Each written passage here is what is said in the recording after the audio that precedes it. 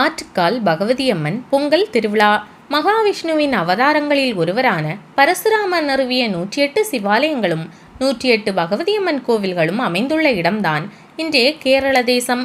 இதை கடவுளின் தேசம் என்றும் சொல்வார்கள்.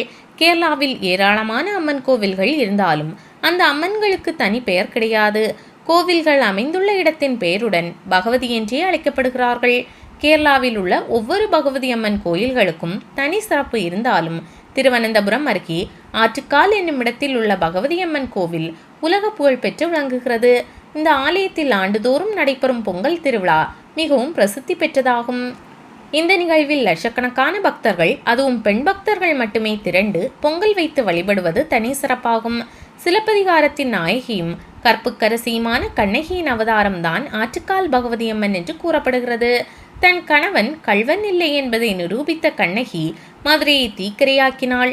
பின்னர் அங்கிருந்து கன்னியாகுமரி வழியாக கேரள மாநிலத்தின் கொடுங்கல்லூர் செல்லும் வழியில் ஆற்றுக்கால் என்ற இடத்தில் இளைப்பாறினாள்.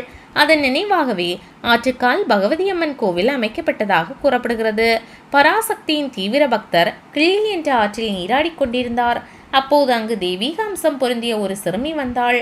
பக்தரின் அருகில் வந்த சிறுமி, ஐயா, என்னை இந்த ஆற்றின் மறுகரையில் விட முடியுமா என்று கேட்டாள்.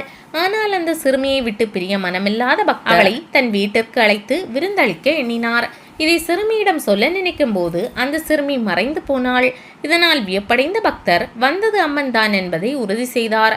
அன்றிரவு பக்தரின் கனவில் தோன்றிய சிறுமி தென்னை மரங்கள் நிறைந்த பகுதியில் 3 கோடுகள் தென்படும். அந்த இடத்தில் கோவில் அமைத்து என்னை குடியமர்த்துங்கள் என்று கூறினாள்.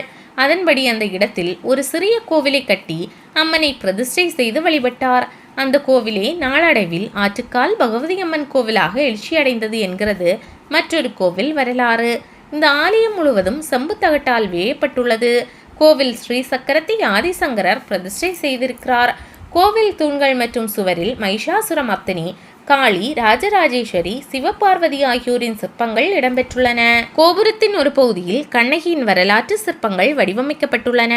நுழைவாசலின் மேல் பகுதியில் ஆற்றுக்கால் பகவதியம்மன் 4 கரங்களில் கத்தி, கேடயம், சூலம், அட்சயபாத்திரம் தாங்கியும் அரைக்கியின் மேல் அமர்ந்த கோலத்திலும் அருள்பாலிக்கும் சுதை சிற்பம் உள்ளது. கருவறையில் 2 அம்மன் சிலைகள் உள்ளன. மூல விக்கிரகத்தில் ரத்தினங்கள் பதித்து தங்க அங்கி சாற்றப்பட்டுள்ளது. மூல விக்கிரகத்தின் கீழே அபிஷேக விக்கிரகம் உள்ளது. அம்மனின் கருவறை ஸ்ரீகோயில் என்று அழைக்கப்படுகிறது. கோவிலில் கணபதி, சிவன், நாகர், தட்சிணாமூர்த்தி, ஆஞ்சநேய சன்னதிகளும் உள்ளன. இக்கோவிலில் மாசி மாதத்தில் நடைபெறும் 10 நாள் திருவிழா மிகவும் பிரசித்தி பெற்றது. மாசி மாதம் கார்த்திகை நட்சத்திரத்தில் கொடியேற்றத்துடன் தொடங்கும் இந்த திருவிழா குருதி தர்ப்பண திருவிழாவுடன் நிறைவு பெறுகிறது. திருவிழாவின் 9ஆம் நாளாக பொங்கல் வைக்கப்படுகிறது. மதுரையை தீக்கிரையாக்கிய கண்ணகியை மன அமைதி செய்வதற்காக பெண்கள் பொங்கல் வைத்து நைவேத்தியம் செய்வதாக சொல்லப்படுகிறது. மகிஷாசுரம் வதம் முடிந்து பக்தர்கள் முன் தோன்றிய தேவியை பெண்கள் அனைவரும் பொங்கல் நைவேத்தியம் படைத்து வரவேற்றனர் எனவும் கூறப்படுகிறது. பொங்கல் திருவிழாவின் போது கோவில் தந்திரி கருவறையிலிருந்து தீபம் ஏற்றி வந்து தலைமை பூசாரியிடம் வழங்குவார். அவர் கோவில் திடப்பள்ளியில் உள்ள பொங்கல் அடுப்பில் தீமூட்டி வைப்பார். பின்னர் அந்த தீசுடரை சக பூசாரியிடம் வழங்குவார். அவர் கோவில் முன்பு உள்ள பண்டார அடுப்பில் தீமூட்டுவார். அதைத் தொடர்ந்து மற்ற அனைத்து பொங்கல் அடுப்புகளிலும் தீமூட்டப்படும். கோவிலை சுற்றி சுமார் 10 கிலோமீட்டர் சுற்றளவில், அதாவது திருவனந்தபுரம் சாலை ஓரங்கள், வீடுகள் உள்ளிட்ட பல இடங்களில் இருந்தபடி பெண்கள் பொங்கல் வைப்பார்கள். ஒரே ஊரில் ஒரே நேரத்தில் பல லட்சம் பெண்கள் பொங்கல் வைக்கும் சம்பவம் என்பதால் அதற்கான அறிவிப்பாக சண்டை மேளமும் வெடிமுழக்கமும் வாய்க்குறவையும் ஒலிக்கப்படும். பொங்கல் வைக்கும் நிகழ்வு முடிந்ததும் பிற்பகலில் கோவிலில் நியமனம் செய்யப்பட்ட பூசாரிகள் புனித நீர் தெளித்து பொங்கல் நைவேத்தியம் செய்வார்கள். அப்போது வானத்திலிருந்து விமானம் மூலமாக மலர்கள் தூவப்படும். அன்றைய தினம் இரவு ஆற்றுக்கால் பகவதியம்மன் மணக்காடு என்ற இடத்தில் உள்ள சாஸ்தா கோயிலுக்கு எழுந்தருள்வர். அம்மன் ஊர்வலம் செல்லும் வீதி அனைத்தும் வண்ண விளக்குகளால் அலங்கரிக்கப்படும். ஒவ்வொரு வீடுகளிலும் குத்து விளக்கேற்றி அம்மனை வரவேற்பார்கள். மறுதினம் அதிகாலை சாஸ்தா கோவிலில் பூஜை முடிந்ததும் அங்கிருந்து ஆற்றுக்கால் பகவதியம்மன் தன் இருப்பிடம் திரும்புவார். இந்த திருவிழாவில் சிறுவர்களுக்காகவும் ஒரு வழிபாடு உள்ளது. இதனை குத்தி ஓட்டம் என்று கூறுவார்கள். 13 வயதிற்குட்பட்ட சிறுவர்கள் இந்த வழிபாட்டில் பங்கேற்கலாம். அவர்கள் அனைவரும் மகிஷாசுரமர்த்தினியின் காயமடைந்த போர் வீரர்களாக கருதப்படுகிறார்கள்.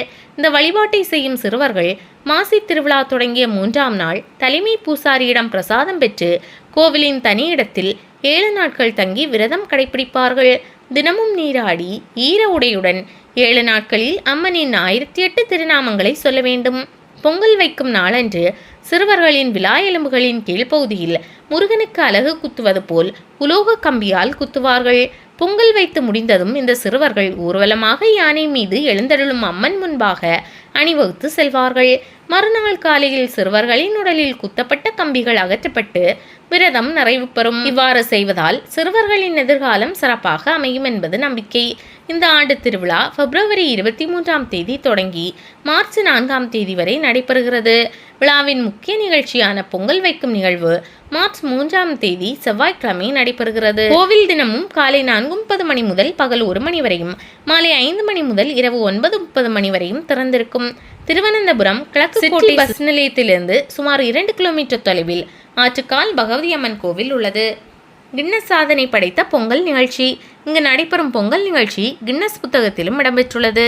முதன்முறையாக 1997ஆம் ஆண்டு நடந்த பொங்கல் விழாவில் 15 லட்சம் பெண்கள் பொங்கல் வைத்தது கின்னஸ் புத்தகத்தில் இடம்பெற்றது. பின்னர் இந்த சாதனை 2009ஆம் ஆண்டு நடந்த பொங்கல் விழாவில் 30 லட்சம் பெண்கள் பொங்கல் படைத்ததாக பதிவானது. தாலிப்புலி. பொங்கல் விழா நாளன்று காலையில் தாலிப்புலி என்ற நிகழ்ச்சி நடைபெறும். இதில் பங்கேற்கும் சிறுமிகள் தங்களை அலங்கரித்துக் கொண்டு அம்மனை வழிபடுவதற்கான பூஜை பொருட்களுடன் அம்மன் சன்னதிக்கு சென்று தீபமேற்றி பூஜித்து வருவார்கள். இவ்வாறு செய்வதால் சிறுமிகளுக்கு நோய் நொடிகள் வராது, அழகு கூடும், செல்வம் செழிக்கும், எதிர்காலத்தில் நல்ல வரன் அமையும் என்பது நம்பிக்கை.